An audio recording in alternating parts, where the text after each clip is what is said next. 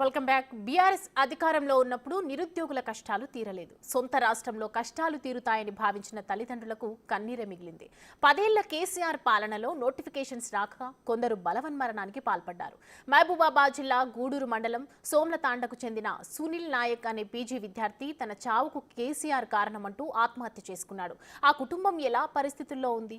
ఆనాడు ఏం జరిగింది? మా ప్రతినిధి యశ్వంత్ అందిస్తున్న రిపోర్ట్ చూద్దాం. 2021 మార్చి 26వ తారీఖు కాకతీయ యూనివర్సిటీ జ్వాలలో నిరసన ఉవ్వెత్తిన ఎగిసిపడిన రోజు. బోడ సునీల్ నాయక్ ఆత్మహత్య యత్నం పురుగుల మందు తాగి సూసైడ్ అటెంప్ట్ చేసి కూడా చనిపోయిన సంఘటన మహబూబాబాద్ జిల్లా మొత్తం సంచలనం సృష్టించింది. ఒక జిల్లానే కాదు, రాష్ట్ర వ్యాప్తంగా కూడా సంచలనం సృష్టించింది. ఎప్పుడైతే తెరాస గవర్నమెంట్, ఎప్పుడైతే కేసీఆర్ ముఖ్యమంత్రి అయిన తర్వాత నిరుద్యోగులు కూడా ఉద్యోగాలు రావాలని ఎంతోమంది కూడా బలన్మరణానికి కూడా పాల్పడిన సంఘటనలు మనం చూసాం. ఈ నేపథ్యంలో మహబూబాబాద్ జిల్లాలో కూడా బోడ సునీల్ నాయక్ కూడా పురుగుల మందు తాగి కాకతీయ యూనివర్సిటీ సాక్షిగా కూడా పురుగుల మందు తాగి బలన్మరణానికి పాల్పడ్డాడు. ప్రస్తుతం వాళ్ళ కుటుంబ పరిస్థితి ఏ విధంగా ఉంది? ఇప్పుడున్న ప్రభుత్వం నిరుద్యోగులకు అండగా నిలవడం పట్ల వాళ్ళ ఎలాంటి స్పందన ఉందో వాళ్ళని అడిగి తెలుసుకుందాం. ప్రస్తుతం బోడ సునీల్ నాయక్ వాళ్ళ ఇంటి వద్ద మనం ఉన్న వాళ్ళ తల్లిదండ్రులు మనతో ఉన్నారు. అసలు వాళ్ళని అడిగి తెలుసుకుందాం. అసలు ఏం జరిగింది? బోడ సునీల్ నాయక్ గల బలన్మరణానికి గల కారణం ఏందో వాళ్ళని అడిగి తెలుసుకుందాం. చెప్పండి, మీ సునీల్ నాయక్ ఎలా చనిపోయిండో అసలు ఏంది? సునీల్ నాయక్ ఎట్లా అంటే అన్ని ఉద్యోగంలా గవర్నమెంట్ తెలంగాణ ఉద్యమం చేసి ఆయన నౌకరీ రాలేదని చనిపోయిండు. చనిపోతే ఆయన కేటీఆర్ వాళ్ళు ఎందుకు చనిపోయిండు ఏందని కొద్దిగా మాతో ఫోన్లో కూడా మాట్లాడి బిడ్డ నీకు ఒక నౌకరీ ఇస్తాం, ఒక జాబ్ ఇస్తాం, ఇల్లు ఇస్తాం అని అన్నీ చేసి ఇస్తే మాకు జాబ్ రాలేదు, ఏం చేయలేదు. ఇప్పుడు దాకా మాకు ఏం నౌకరీ లేదు, ఏం లేదు. ఇల్లు ఇస్తామంటే ఇల్లు లేదు, ఏం లేదు. అంతనే మళ్ళీ ఇప్పుడు ఇలా రేపు కులగొట్టు ఇల్లు అని కులగొట్టించారు. ఇగో ఈ పరిస్థితిలో ఉన్నాం మేము. ఏమి ఇల్లు ఇవ్వలేదు, ఏమి ఇవ్వలేదు. మరి మీ కొడుకు ఎంతవరకు చదువుకున్నాడు? ఏమేమి జాబ్లోకి ప్రిపేర్ అయ్యాడు? అని అంటే బ్యాంక్ ఇది చేసిండు, బ్యాంక్ ప్రిపేర్ అయ్యిండు. బ్యాంక్ ప్రిపేర్ అయ్యి మళ్ళీ దానికి నౌకరీ వస్తుందని అనుకున్నాడు. అయితే జాబులు అయితే కేసీఆర్ జాబులు తీయలేదు. మన ఈ రేవంత్ రెడ్డి అయితే నమస్తే ధర వీళ్ళు తీస్తాండు, అందరికీ నౌకరీ ఇస్తాండు. ఇప్పుడు కూడా మా కొడుకు వాళ్ళగా అందరూ సావద్దు, అందరికీ నౌకరీ మంచి సంతోషంగా ఉన్నారు. మాకు కూడా ఆదుకోవాలని, మా కొడుకుకు ఒక నౌకరీ ఇవ్వాలని, మాకు ఒక జాబ్ అని ఇగో ఇట్లా ఇచ్చిండ్రు. వాళ్ళు పేపర్ ఇచ్చిండ్రు కానీ మాకు ఏమి ఇవ్వలేదు. కానీ మా రేవంత్ రెడ్డి మాకు నౌకరీ ఇవ్వాలి, ఇల్లు ఇవ్వాలి అని కోరుకుంటున్నాను. అసలు మీ సునీల్ నాయక్ ఎందుకు చనిపోయిండు? ఎక్కడ చనిపోయిండు? యూనివర్సిటీలో చనిపోయిండు. నాకు తెలియలేదు. ఉస్మానియా యూనివర్సిటీ చనిపోయిండు. హాస్పిటల్లో చనిపోయిండు.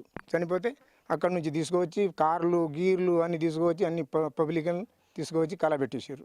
అయితే ముఖ్యంగా మరి సునీల్ నాయక్ చనిపోయేటప్పుడు తన చావుకు కారణం ఎవరి పేరు చెప్పిండు? కేసీఆర్ పేరు చెప్పిండు.